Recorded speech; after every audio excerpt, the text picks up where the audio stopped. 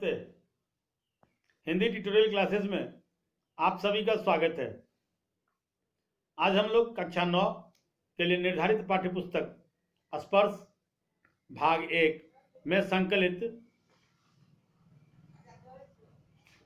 रामविलास शर्मा द्वारा रचित धूल शीर्षक पाठ के प्रश्नों को समझने का प्रयास करेंगे और फिर उसके बाद उसके संभावित उत्तरों को भी तलाशने की कोशिश करेंगे। तो आइए इसके करीब देखते हैं। इसमें जो सवाल दिए गए हैं उन सवालों को देखें तो इसमें 3 तरह के सवाल दिए गए। पहला मौखिक है जिनमें 3 प्रश्न दिए गए। दूसरा लिखित है, लिखित को 3 भागों में बांटा गया, क ख ग। क में 5 सवाल, ख में 7 सवाल और ग में 5 सवाल हैं। पहले क में 25 से 30 शब्दों में जवाब देने हैं, ख में 50 से 60 शब्दों में और ग जो कॉलम है उसमें आशय स्पष्ट करने हैं। तो ये इन प्रश्नों को हमको बारी बारी से समझना होगा और फिर इन प्रश्नों को समझ करके फिर उनके उत्तरों को तलाशना होगा और तलाश करके फिर हम सबको उसको लिखना भी है और उसे याद भी करना होगा। तो आइए चलते हम लोग आगे देखते हैं इसका आगे क्या है। तो देखते हैं पहला सवाल, हीरे के प्रेमी उसे किस रूप में पसंद करते हैं? तो इसके जवाब होंगे, हीरे के प्रेमी उसे साफ सुथरा, खरादा हुआ और आंखों में चकाचौंध पैदा करता हुआ देखना चाहते हैं। हीरे के प्रेमी उसे साफ सुथरा, खरादा हुआ और आंखों में चकाचौंध पैदा करता हुआ देखना चाहते हैं। क्लियर? दूसरा सवाल है, लेखक ने संसार में किस प्रकार के सुख को दुर्लभ माना है? तो इसके जवाब होंगे, लेखक ने संसार में अखारों की मिट्टी में सनने के सुख को दुर्लभ माना है। तेल और मिट्टी से सिंचाई हुई जिस अखारे की मिट्टी को देवता पर चढ़ाया जाता है उसको अपनी देह पर लगाना संसार के सबसे दुर्लभ सुख के समान है। क्लियर? फिर एक बार समझ लें। प्रश्न है, लेखक ने संसार में किस प्रकार के सुख को दुर्लभ माना है? तो इसके जवाब होंगे, लेखक ने संसार में अखारों की मिट्टी में सनने के सुख को दुर्लभ माना है। तेल और मट्ठे से सिंचाई हुई जिस अखाड़े की मिट्टी को देवताओं पर चढ़ाया जाता है उसको अपनी देह पर लगाना संसार के सबसे दुर्लभ सुख के समान है, ऐसा लेखक का मानना है। क्लियर? तीसरा सवाल है, मिट्टी की आभा क्या है? उसकी पहचान किससे होती है? तो इसके जवाब होंगे, मिट्टी की आभा का नाम धूल है और मिट्टी के रंग रूप की पहचान उसकी धूल से होती है। क्लियर? अब तीसरे सवाल है, दूसरे लिखित के पहला सवाल, जिन प्रश्नों को जिनमें 5 प्रश्न पूछे गए हैं, लिखित में के जो क है, क ख ग 3 भागों में इसको बांटा गया। क में 25 से 30 शब्दों में जवाब लिखने जिसमें 5 प्रश्न पूछे गए हैं। ख में कुल 7 प्रश्न पूछे गए हैं जिसके जवाब आपको 50 से 60 शब्दों में देने हैं और ग में कुल 5 सवाल पूछे गए जिनमें कुछ पंक्तियां इस पाठ से लेकर दी गई हैं और उसके आशय को स्पष्ट करने कहा गया है। तो पहला जो देखते हैं लिखित का क है जिसमें 5 प्रश्न दिए गए हैं और प्रत्येक प्रश्न के जवाब 25 से 30 शब्दों में देने हैं। तो उसका पहला सवाल है, धूल के बिना किसी शिशु की कल्पना क्यों नहीं की जा सकती? पहला सवाल, धूल के बिना किसी शिशु की कल्पना क्यों नहीं की जा सकती है? तो इसके जवाब होंगे, माँ और मातृभूमि स्वर्ग से भी बढ़कर हैं। ठीक से समझेंगे? माँ और मातृभूमि स्वर्ग से भी बढ़कर हैं। माँ की गोद से उतरकर बच्चा मातृभूमि पर ही कदम रखता है, घुटनों के बल चलना सीखता है, फिर धूल से सनकर विविध क्रियाएं करता है।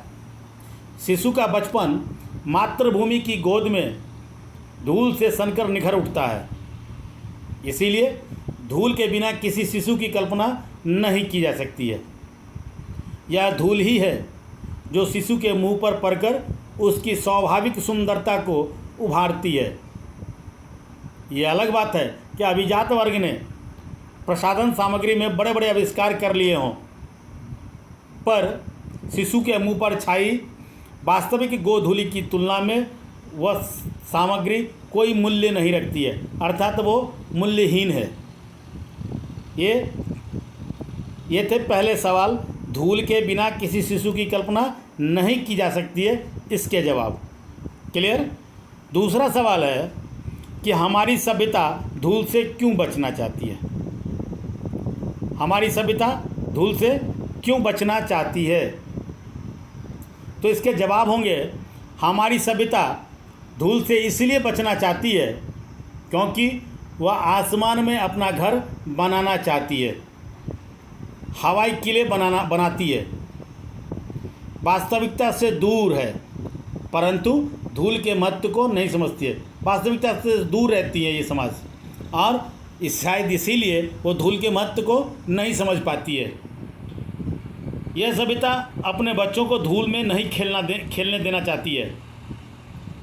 धूल से उसकी बनावटी सुंदरता सामने आ जाएगी। शायद यही कारण है कि आज के लोग अपने बच्चों को धूल से बचाते हैं।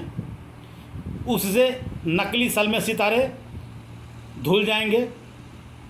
धूल के प्रति उसमें हीन भावना है।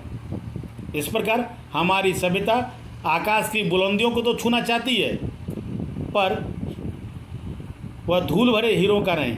हीरो का प्रेमी भी है, पर धूल भरे हीरो का नहीं। वह धूल की कीमत को नहीं पहचानती। क्लियर। एक बार फिर समझ लें, हमारी सभ्यता धूल से क्यों बचना चाहती है, तो इसके जवाब होंगे हमारी सभ्यता धूल से इसलिए बचना चाहती है क्योंकि वह आसमान में अपना घर बनाना चाहती है, हवाई किले बनाती है, वास्तविकता से दूर है। उसे धूल के महत्व की जरा भी समझ नहीं है। यह सभ्यता अपने बच्चों को धूल में नहीं खेलने देना चाहती है। शायद धूल से उसकी बनावटी सुंदरता सामने आ जाएगी, शायद इसलिए उसके नकली सलमे सितारे धुंधले पड़ जाएंगे। धूल के प्रति वर्तमान समाज में या वर्तमान समय में लोगों के मन के अंदर एक हीन भावना है, और इस प्रकार हमारी सभ्यता भले ही आकाश की बुलंदियों को छूना चाहती हो, वो हीरो के भले ही हो प्रेमी हो, पर धूल भरे हीरो का नहीं। धूल की कीमत को वो बिल्कुल भी नहीं पहचानते। क्लियर। अब तीसरा सवाल है, अखाड़े की मिट्टी की क्या विशेषता होती है। अखाड़े की मिट्टी की क्या विशेषता होती है, तो इसको देखें तो हम देखते हैं अखाड़े की मिट्टी शरीर को पहचानती है। यह साधारण मिट्टी नहीं होती। इसे तेल और मट्ठे से सिझाया जाता है और देवताओं पर चढ़ाया जाता है। ऐसी मिट्टी में सनना परम सुख को प्राप्त करना है, जहाँ इसके स्पर्श से मांसपेशियाँ फूल उठती हैं, शरीर मजबूत और व्यक्तित्व प्रभावशाली हो जाता है।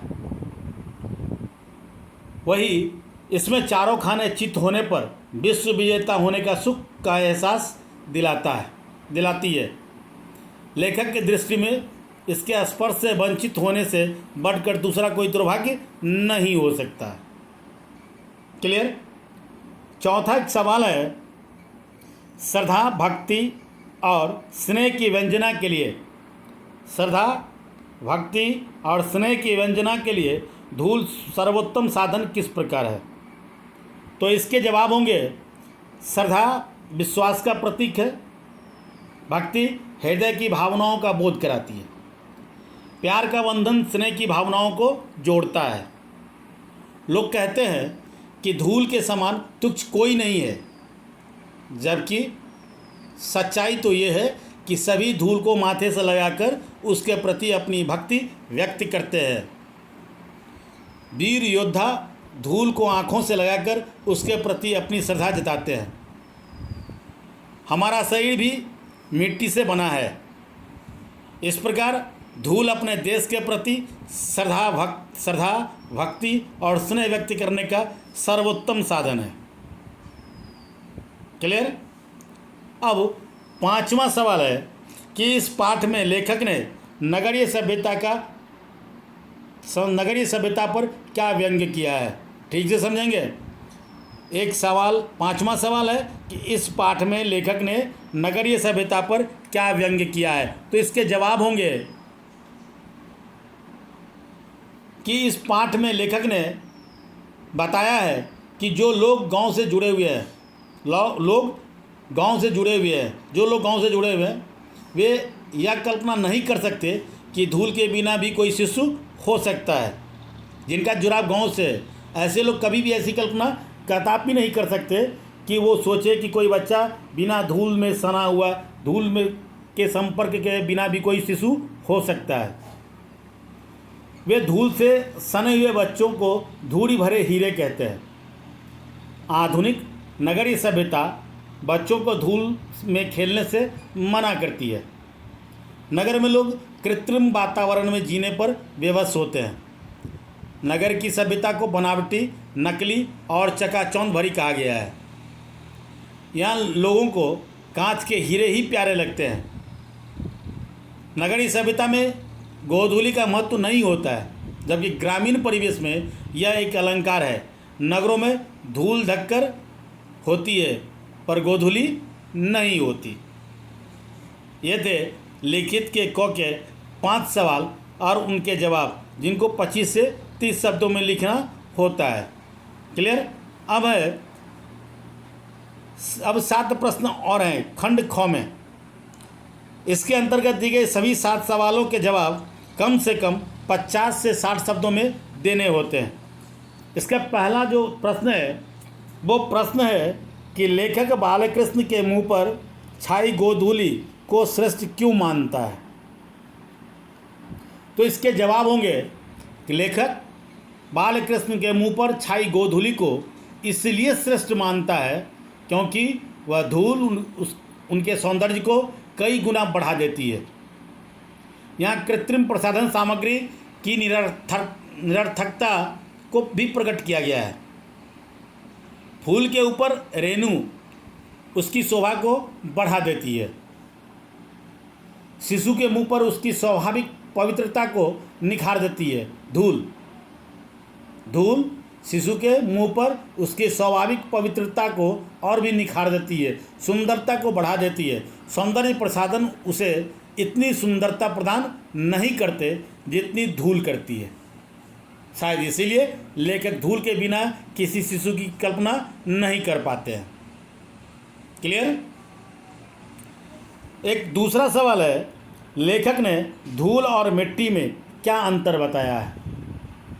लेखक ने इस पाठ के अंतर्गत धूल और मिट्टी में क्या अंतर बताया है, ये सवाल है। तो इसके जवाब हो सकते हैं कि लेखक ने धूल और मिट्टी में विशेष अंतर नहीं माना है। लेखक की माने तो उनके अनुसार मिट्टी और धूल में उतना ही अंतर है जितना शब्द और रस में होता है, देह और जान में होता है, अथवा चांद और चांदनी में। जिस प्रकार से अलग अलग होते हुए भी ये सभी शब्द और रस, देह और प्राण, चांद और चांदनी, ये सब अलग अलग होते हुए भी जैसे एक होते हैं, ठीक उसी प्रकार धूल और मिट्टी अलग अलग होते हैं। सबके नाम अलग अलग हैं, ये अलग अलग होकर के भी एक ही हैं। मिट्टी की आभा का नाम धूल है और मिट्टी के रंग रूप की पहचान उसकी धूल से होती है। जीवन के सभी अनिवार्य सारे तत्व मिट्टी से ही मिलते हैं। जिन फूलों को हम अपनी प्रिय वस्तुओं का उपमान बनाते हैं वे सब मिट्टी की ही उपज है। चाहे रूप हो, रस हो, गंध हो, स्पर्श हो, इन्हें मिट्टी की ही देन माना जाता है। मिट्टी में जब चमक उत्पन्न होती है तो वह धूल की पवित्र रूप ले लेती है। यही धूल हमारी पहचान भी है। क्लियर। अब तीसरा सवाल है कि ग्रामीण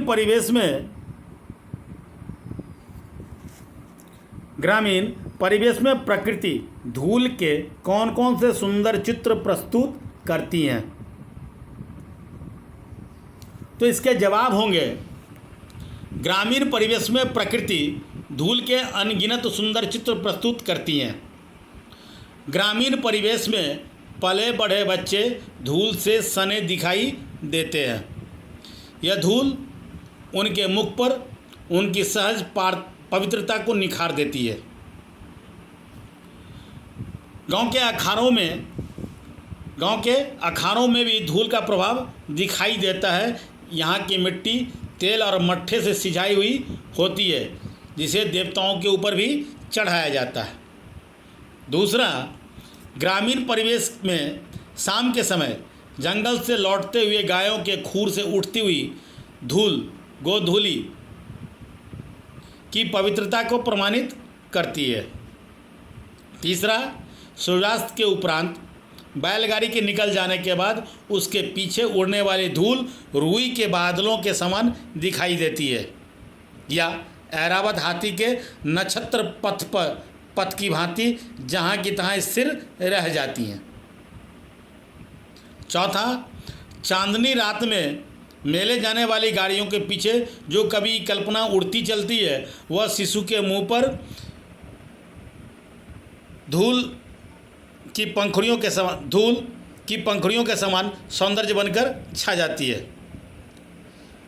गांव के किसानों के हाथ पैर तथा मुंह पर छाई हुई धूल हमारी सभ्यता को प्रकट करती है। ये तीसरे सवाल नंबर 3, जिसमें पूछा गया कि ग्रामीण परिवेश में प्रकृति धूल के कौन कौन से सुंदर चित्र प्रस्तुत करती हैं, उसके ये जवाब थे। अब सवाल नंबर 4, जिसमें कहा गया कि हीरा वही घन चोट न टूटे, हीरा वही जो घन चोट न टूटे का संदर्भ पाठ के आधार पर स्पष्ट कीजिए। तो इसके जवाब में कहा जा सकता है या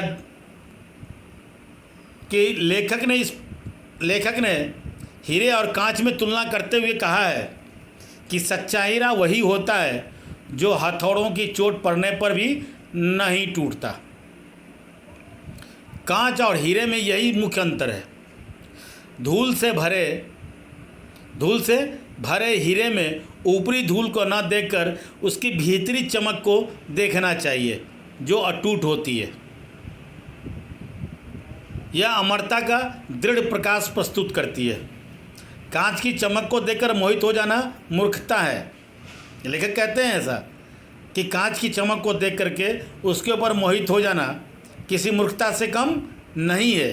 हीरे की असली परख जौहरी ही करता है या वही कर सकता है। हीरा शाश्वतता का स्पष्ट प्रमाण है और कांच क्षणिकता का।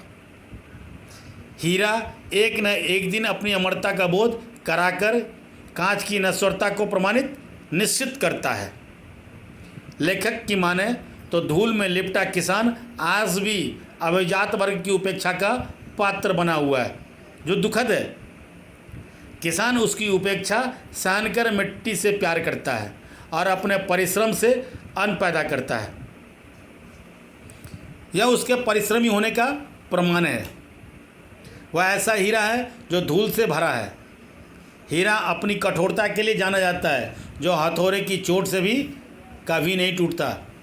इसी प्रकार से भारतीय किसान भी कठोर परिश्रम से कभी नहीं घबराता, इसीलिए वह अटूट है।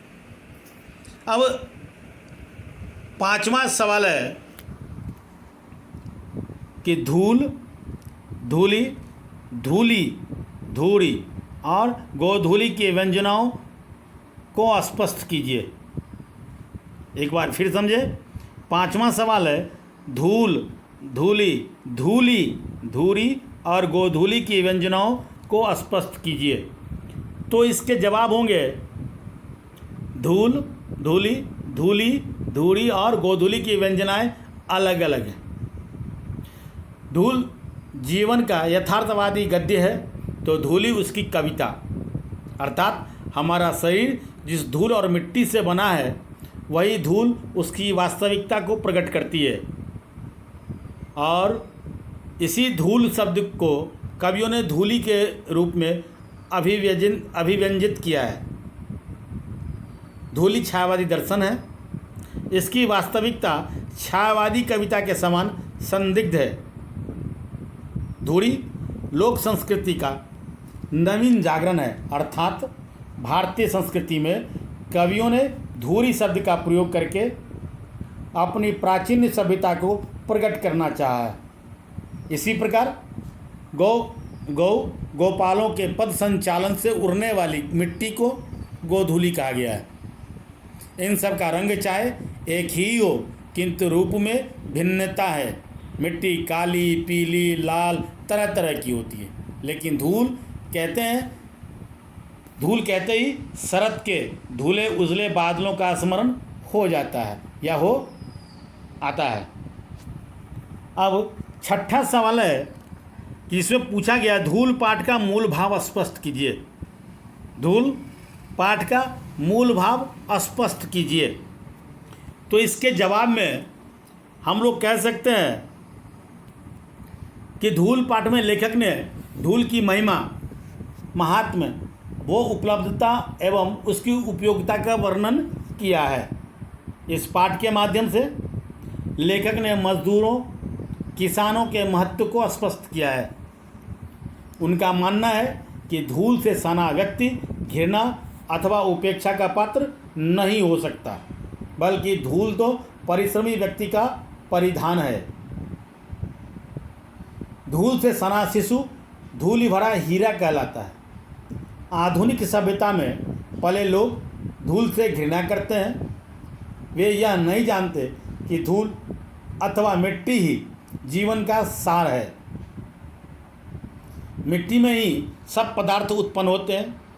इसीलिए सती मिट्टी को सिर से, सिपाही आँखों से तथा आम नागरिक स्नेह से स्पर्श करता है।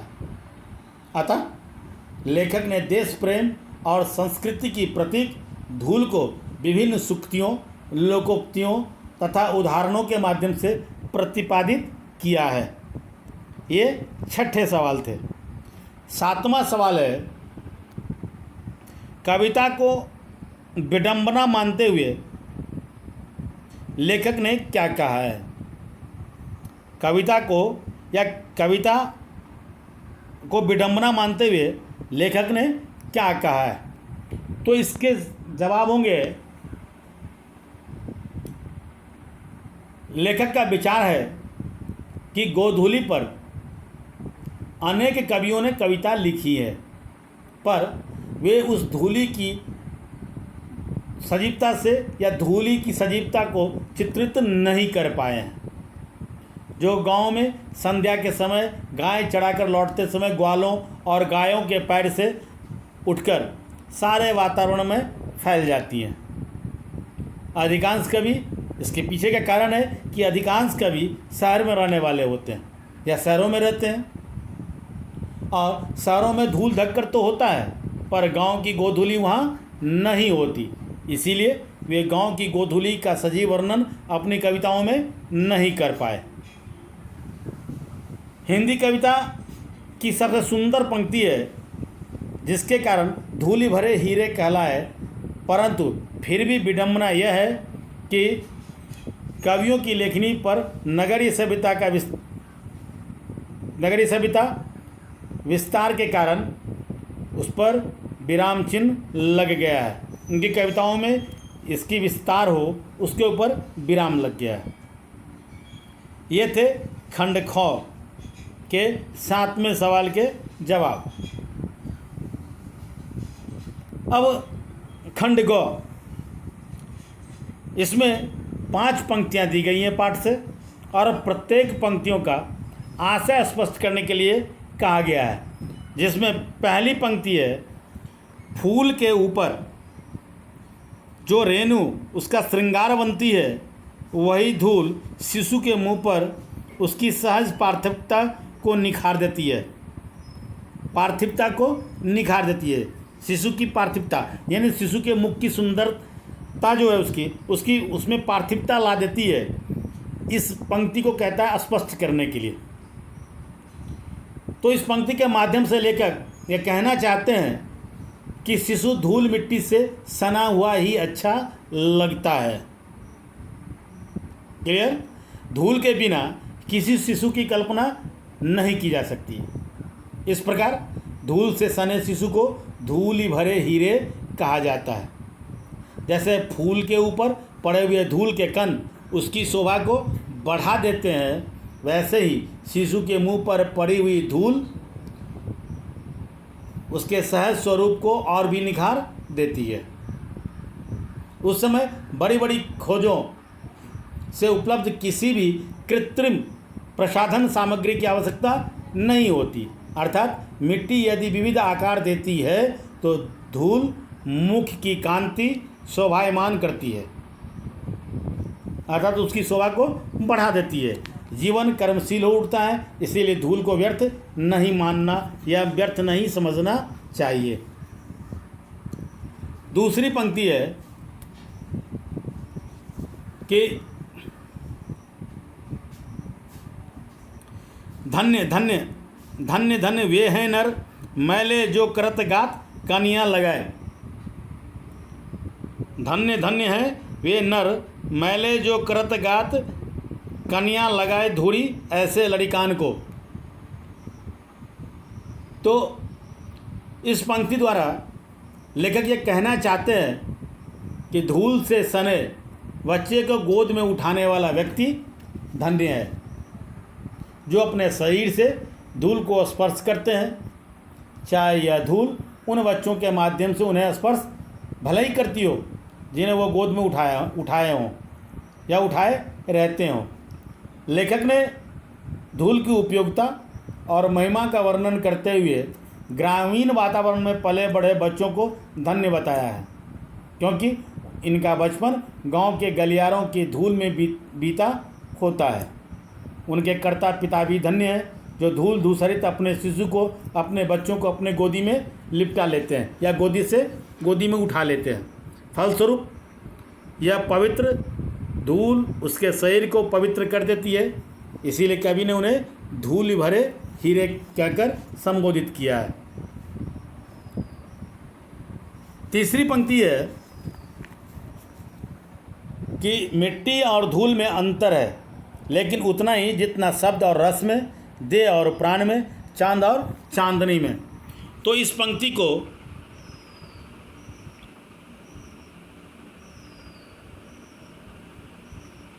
स्पष्ट करते हुए कहा जा सकता है कि शरीर अगर मिट्टी है तो आत्मा उसका सार तत्व।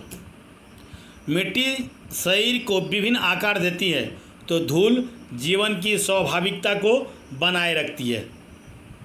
जिस प्रकार शब्द में रस निहित होता है, देह में प्राण और चंद्रमा में चांदनी का वास होता है और उन्हें एक दूसरे से अलग नहीं किया जा सकता है, ठीक उसी प्रकार धूल और मिट्टी दोनों एक ही हैं। मिट्टी के रंग रूप की पहचान उसकी धूल से होती है। धूल जीवन की सरलता और भोलेपन को दर्शाती है या उसको बनाए रखती है। इससे हम अपनी सभ्यता से जुड़े रहते हैं। क्लियर? अब चौथी पंक्ति है। उस चौथी पंक्ति में कहा गया है कि हमारी देशभक्ति धूल को माथे से न लगाए तो कम से कम उस पर पैर तो रखे। इस पंक्ति के माध्यम से लेखक का मानना है या कहना है कि हमारी देशभक्ति का स्तर इतना गिर गया है कि हम अपने देश की मिट्टी को आदर देने के स्थान पर उसका तिरस्कार कर बैठते हैं, जाने अनजाने में। ये जरूरी नहीं है कोई आदमी जानबूझ के तिरस्कार करता है, अनजाने में ही सही, पर लोग उसकी तिरस्कार कर बैठते हैं देश की मिट्टी का। हमें अपने देश को छोड़कर विदेशों की ओर भाग रहे हैं। लेखक ये संदेश देते हैं या लेखक का यह संदेश है कि हमारे भीतर अपने देश के प्रति जरा सा भी प्रेम है तो हम उसकी धूल को चाहे माथे से न लगाएं, कोई बात नहीं, पर कम से कम उसका स्पर्श करने से पीछे नहीं हटें, अर्थात पीछे नहीं हटना चाहिए। अपने देश की धूल का सम्मान करें, उससे घृणा न करें तथा उसे तुच्छ न समझकर उसके महत्व को समझें। क्लियर। पांचवी पंक्ति है कि वे उलटकर चोट भी करेंगे और तब कांच और हीरे का भेद जानना बाकी न रहेगा। लेखक